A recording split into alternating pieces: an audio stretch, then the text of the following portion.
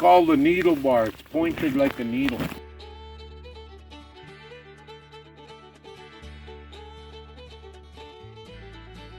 And two of us would go like this, about this far apart, and we'd each have one, and we'd walk in a circle. Like that. We did 10 nets a day, every hole. Didn't matter how thick the ice was. That was our job. It was a way of living back then, commercial fishing. Make the big hole, and then we'd use this. This is called a chisel. It's for scraping, for fine-tuning your hole.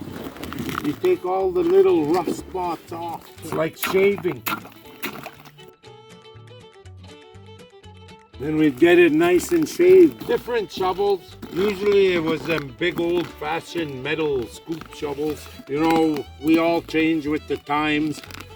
I use this little emergency shovel that I made holes in. That's what I use. Then you clean your hole.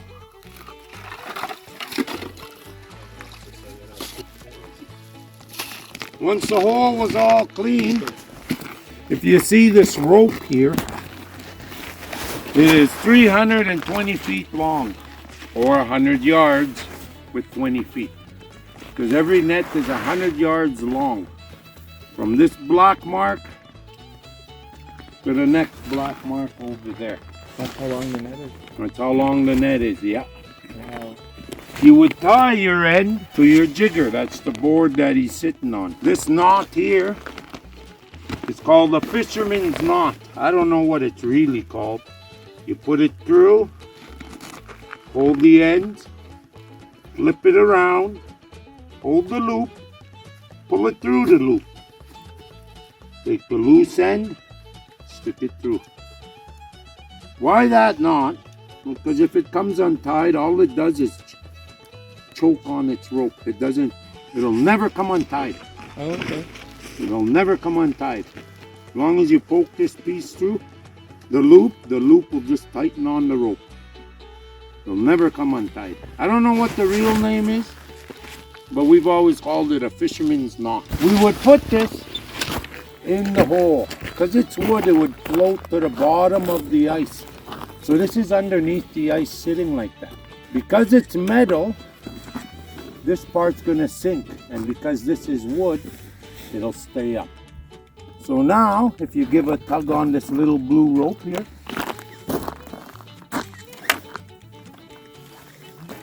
that's how it pushes it under the ice. Pushes the board. That's called jigging. That's how it'll work. Now when you get there, and this is what happened to us yesterday, you have to try and listen for this. Under the ice. Mm-hmm. And it sounds honestly more like this. Oh, we can hear it with that. Mm-hmm. Now me, I'm half deaf. So usually I get my mom to help me.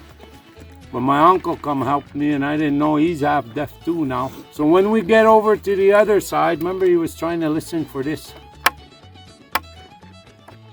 And it's real light under the ice. So we've jigged this out, this yellow line, all the way. And then the guy says, okay, I hear it. Then we go over there, we make some holes, and we grab the line with this thing here. This is called a hook.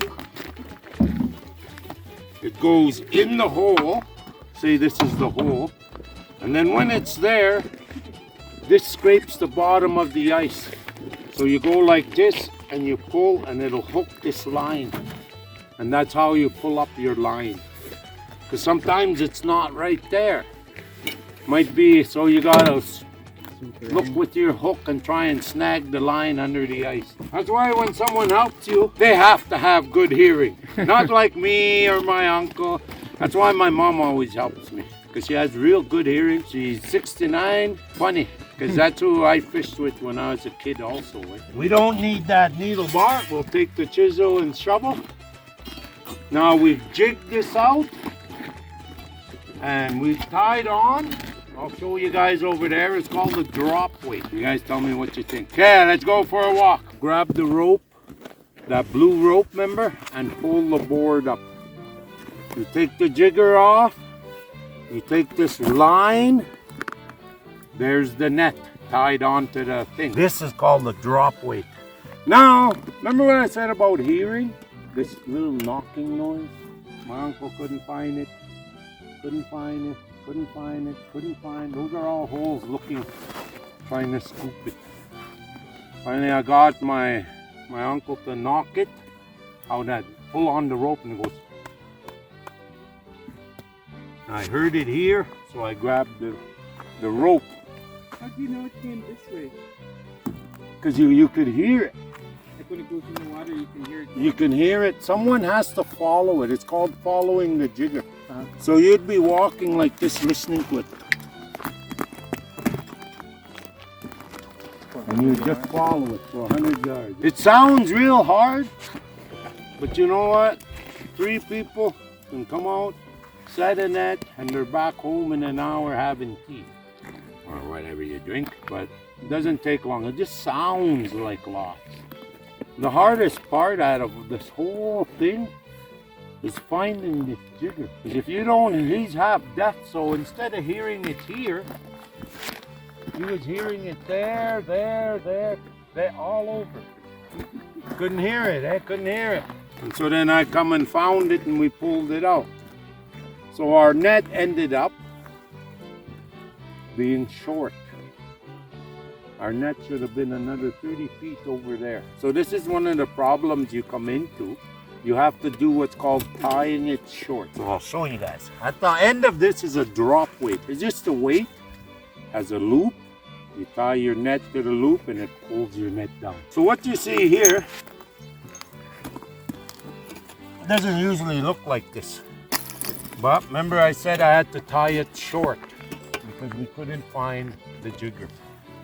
I had a hard time hearing it. So this part here is where the net was tied, see? Right there. Normally when you pull up the end of the net, it's right there. There's not this extra. But we have 30 feet of extra net because, well, we couldn't find the jigger. Sometimes you even have the problem where you're jigging away, all of a sudden your line snaps and your $500 jigger is gone. That's what it costs, yeah. That hurts probably. Yeah, in 20 years of doing this, 3 I'd say I lost so far. So I'm gonna cheat a little bit here, which is okay. I'm strong anyway, so we're gonna go like this. Well, pass me that yellow rope, please. The running line. Yeah. We're gonna tie it onto here. Because that line's connected to the net on the other side, right? Yeah. Okay. So now when we go pull our net, this line goes under the water. And then you pull your line back, you pull your net under the water. Yeah, and that's why you always need a running line.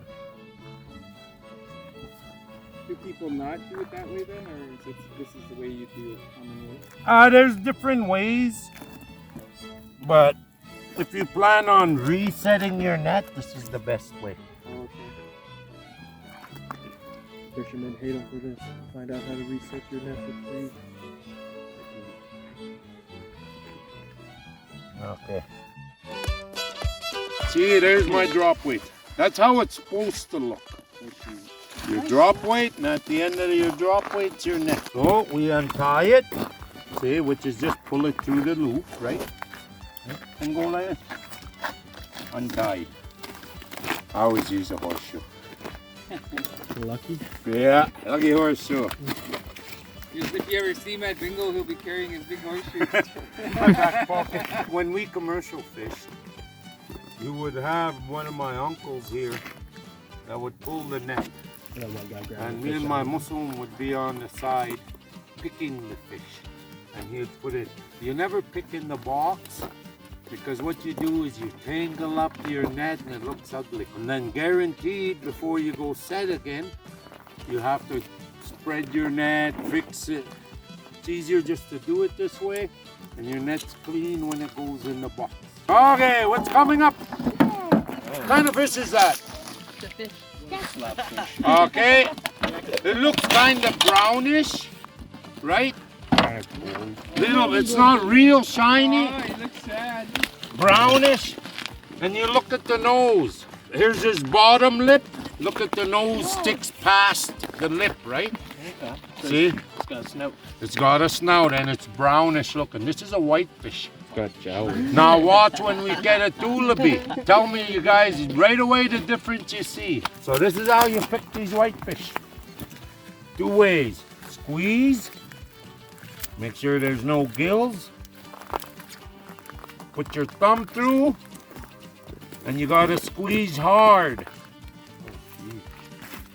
Just like that. It's funny how these fish are brownish looking. Yet when you wash the scales and everything and you do fish scale art, you wouldn't even know. They're white then, eh? Yeah, these guys are different. This is a pickerel, a newgau, walleye. They have teeth and they have a poisonous fin. Oh, really? It won't kill you, but it'll make it just swell up and it hurts. Oh. That's these fins. Now, the fish with teeth, jackfish, pickerel, the ones with teeth, when they hit the net, they bite it. And then they twist and turn. So when you do these, you always got to pull the webbing out of the teeth. That's the first thing. Kind of stand him up, pull the webbing from his nose, grab the one hanging. Okay. Is his eye fucked up or is that how No, that's why they're called walleyes. Oh, Because because it looks like a wall. yeah, Oh, yeah, they have big googly eyes. Oh, it does too. Kind of looks cute. Like And then you just slide it off. See, this one is more in the weeds and stuff. That's why he's really brown. Those are the poison. That's the poison fins. You see that one What? poking on it? It hurts. I've got lots in my that's fingers. for predators then, right? That's to stop the predators Yeah, be careful. while they go and eat the little minnows. Brown. Yeah, just like that. That's the best way to grab it. Right by the gill always. Squeeze Yeah. head out, head first.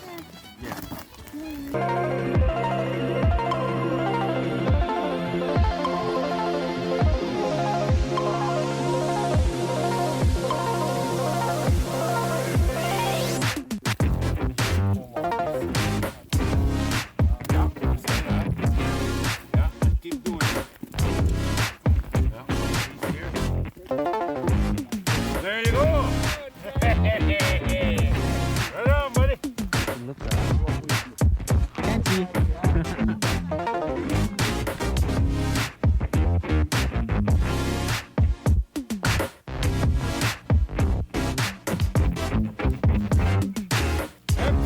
Right on. Boy, that'd give you money.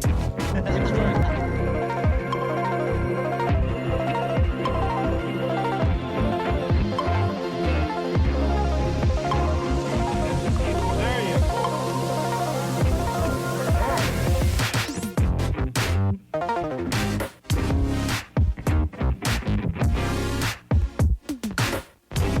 That's why. I don't want to move. I left a little tobacco. Oh, there's even more coming up. How do I pull it? Yeah. First get around the knot. He's sunbathing. No, don't.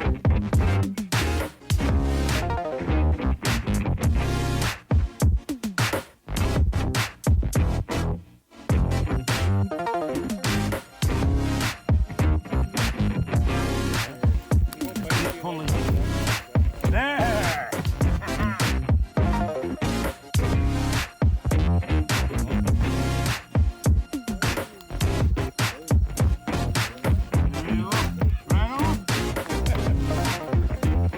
This is only my fish, yeah?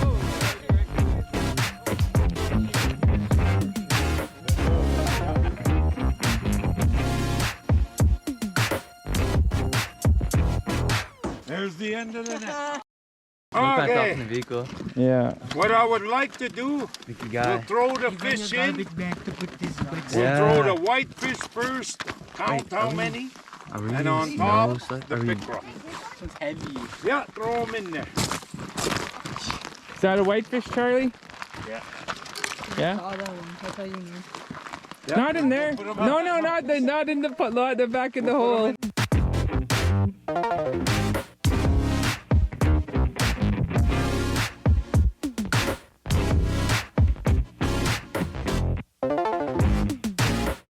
Okay, what we get? 7 pickerel, 13 whitefish, 1 sucker, 1 tullaby.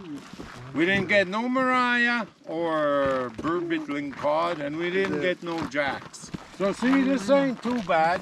Commercial fishing, we would have pulled out this net. So what do you guys think? Not bad, eh? Yeah. Now if it was me, we'd take these, wash them, cut them up, and start smoking. Some would take tablespoons and on the big whitefish and start taking off all the scales. When we get to my house, I'll show you some different ways of cutting the fish. We won't smoke any because we don't have the time. A modern smoker is 3.5 hours. Traditional is 8 to 12. So.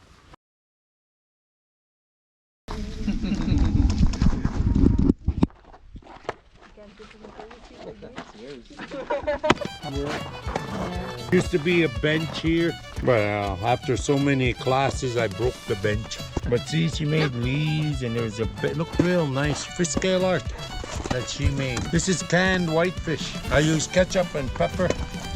My kids don't like salmon tuna, but they'll eat this. Daily drip.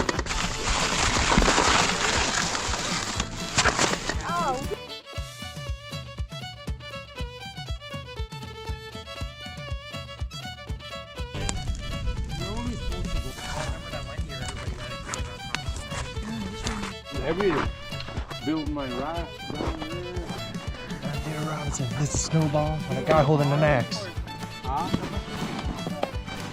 Did I buy it for? I bought it for that. I like that. That's maximum. That's how we play it. You know where you turned into Joussard? Yes. Going across the highway. 12 kilometers shorter than coming right here. You don't have one of those long blades, those long thin ones over there? Or the... No, I prefer actually this one with the thicker blade because when I'm cutting it gives me... You like to put your thumb on the back? Yeah, and it's solid. It's not real flexible like them filleting knives. Yeah. So you get more strength and better cuts. This is my cutting knife. So here's the different styles. And there's only... I know of myself. There's a lot of different ways. There isn't one way to do something. But I'm going to show the different cuts and different styles. So the first one I'm going to do for that modern smoker, you see that black one on the deck there? That's a modern smoker. That wood one right there, that also is, well, it's old, but it's a modern smoker. Now in those kind, you have to put slabs. So this is a slab. You cut behind the gill, see? You cut behind the gill, cut behind the other gill, down the belly.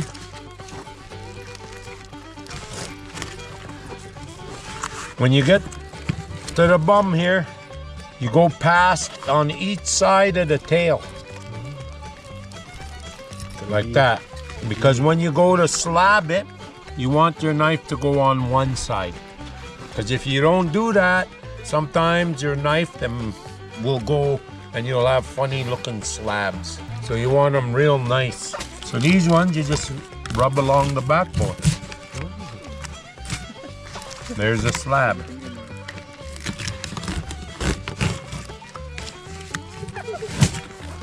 Just like that. That's slabbing. That's for a modern smoker. This would be thrown away. These would go, you would wash them, you would clean all this off. So just pure clean. Remember, wash them in cold water. Until your hands are red. Yeah, the cold water gets rid of the slime, eh? So then they'd be washed clean. These guys, I gave them a bag of smoked fish. That's how it would look when it's done. This is slabbing. Now this way that I'm gonna do is the way I do mine, how I was shown. It's a traditional way. It's hanging by the tail. Same setup. Same way. Now these is the fish liver. See, look at his eggs. They're not fully formed yet. It's not time for them to lay eggs yet, see? It's too early for them to be laying eggs yet. They're more in October, September, like that. That they'll lay their eggs. So they don't really have any right now. So that's a female fish, or? This is a female, yeah. Leave it connected to the tail, both ends. Now this way, some elders, they like this backbone in. And of course you'd wash it real good. And they like it like that. So That's how it would hang.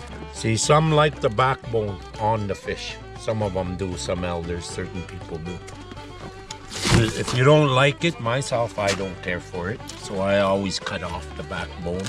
So it's just the tail and it just hangs like that. I always use a hot, sunny day and little, because you're not cooking the fish. You're smoking it, you're drying it, you're preserving it. That's the whole idea, is preserving it. And then you'd smoke it. It takes 8 to 12 hours. Low heat, smoke, the sun, and you just leave it. Once in a while, turn them inside out if you want. Most people just put a stick in between. So myself, from experience, I leave them just like that. That's the traditional, one of the traditional ways. The other way that they do it, some go from the back. So I'm gonna do it that way because that's the way I was shown. Some go from the belly. That's awesome.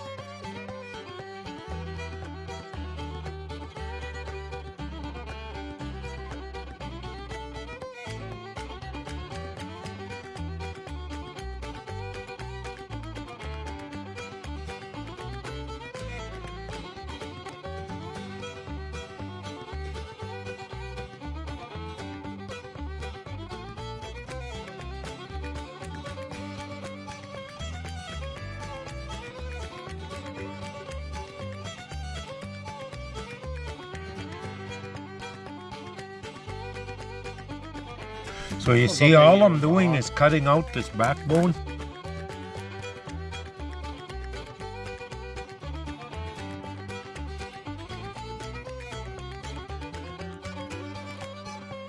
There's your butterfly. Some like the ribs, some like the backbone. It depends. I did the backbone because that's the way I was shown.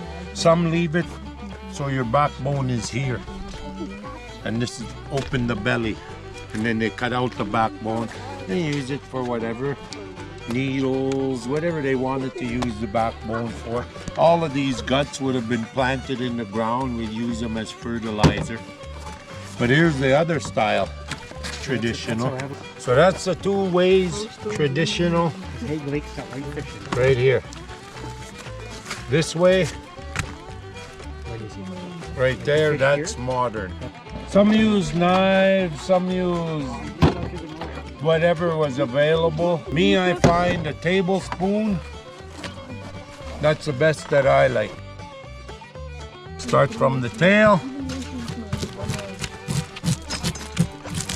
And you just scrape up, see? There. I'm gonna wash and save these for my friend. This other friend of mine wanted scales. I'll wash them, they'll end up like that, and then I'll bag them for him. Then we got this all cleaned. Now we're gonna bake this one in the oven.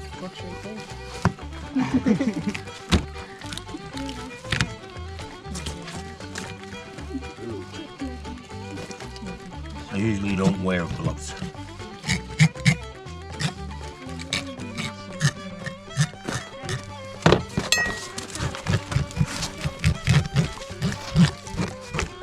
Scrape it clean. Hence your tablespoon. Cut off your fins. I went a little deep there. Your other fin.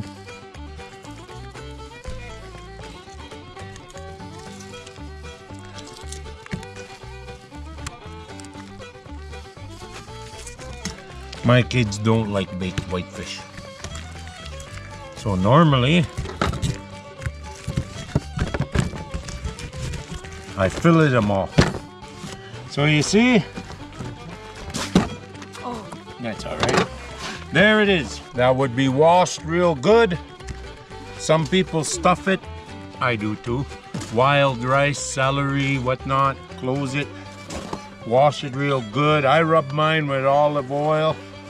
And I make cuts. And I stick bacon in there and an onion. And then I fry it like that in the oven, bake it. That's just my way. That's one way for the oven after you've taken the scales off. Pretty darn easy, ain't it? Filleting this one.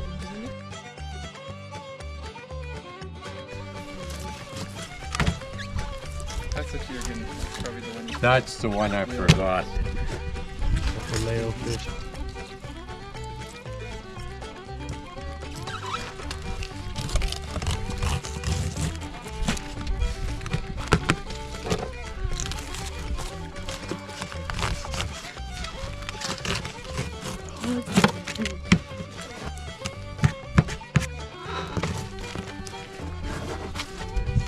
From the tail, rub it along the skin.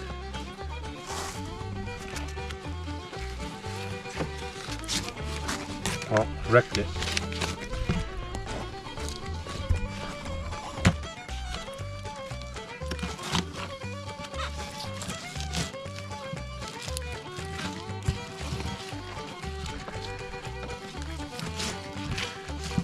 You know one way we used to make money? Commercial fishermen would hire us to clean fish. It was $5 a box. And I can do 5 boxes in an hour, full speed. So in an hour I'd have all these fish cleaned and done. That was our way we made money. One of the ways. How you earn like quick spending money or something? Yeah. You go work for say 4 or 5 hours, $100 right there. And back then, well, $1, you can buy a pop or a bag of chips or, you know. Now you can't, I guess, but I don't think he gave me any money on it was good money back then. There's a fillet. Just take these bones off. They go sideways, these. They kind of have bones like a jack almost. Wide bones. Not as bad though.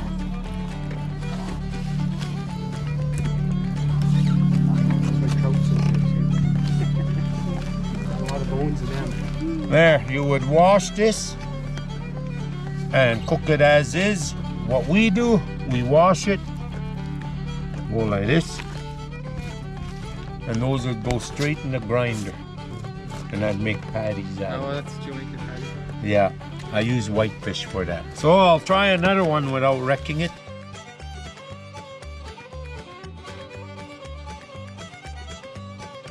Like so. There's another one.